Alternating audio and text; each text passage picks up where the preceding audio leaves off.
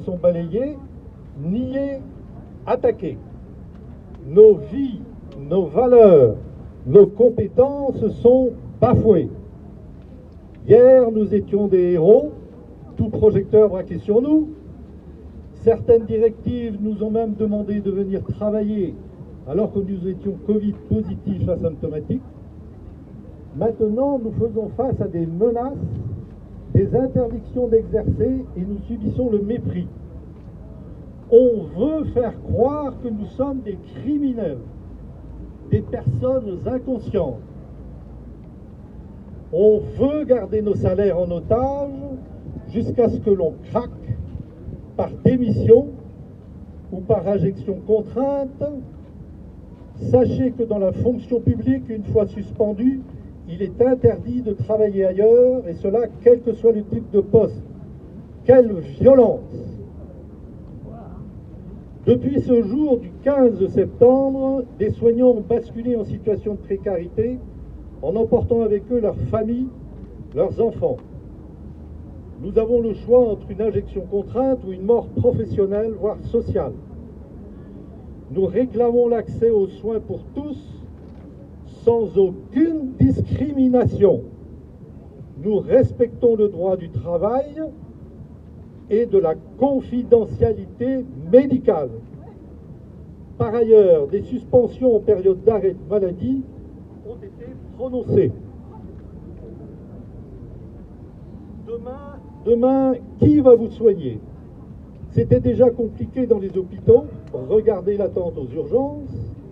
En ambulatoire, vous risquez fort d'être directement expédié chez vous avec des antidouleurs et éventuellement un coup de téléphone le lendemain pour voir si tout va bien. Des cabinets libéraux déjà saturés de demandes vont devoir fermer. Quid de la continuité des soins?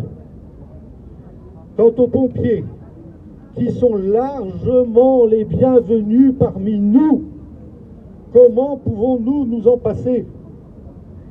Nous voulons juste mettre en avant deux choses. Le principe de précaution, si cher depuis toujours à la médecine, et donc attendre la fin des essais cliniques. Parce que nous, soignants, avons choisi ce métier pour vous protéger, et cela dans des conditions de plus en plus difficiles. Nous avons décidé, individuellement et collectivement, d'être prudents et d'attendre pour pouvoir vous soigner sereinement dans 5 ans, dans 10 ans et plus, délai grâce auquel nous aurons alors ce recul suffisant. Par ailleurs, nous voulons pouvoir prendre une décision éclairée et pleinement consentie, comme cela est écrit noir sur blanc dans tous les textes officiels. Et nous réclamons donc le retrait pur et simple de cette obligation pseudo-vaccinale. Il en va de vos soins, de leur qualité et de notre conscience.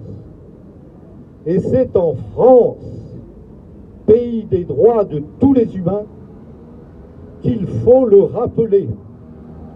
France, pays où les valeurs de liberté, d'égalité et de fraternité doivent être impérativement respectées. Merci à vous tous d'être présents à nos côtés et de continuer à nous soutenir. Dans ce combat, nous avons besoin de vous et sommes sûrs que vous partagerez notre analyse. Merci à tous.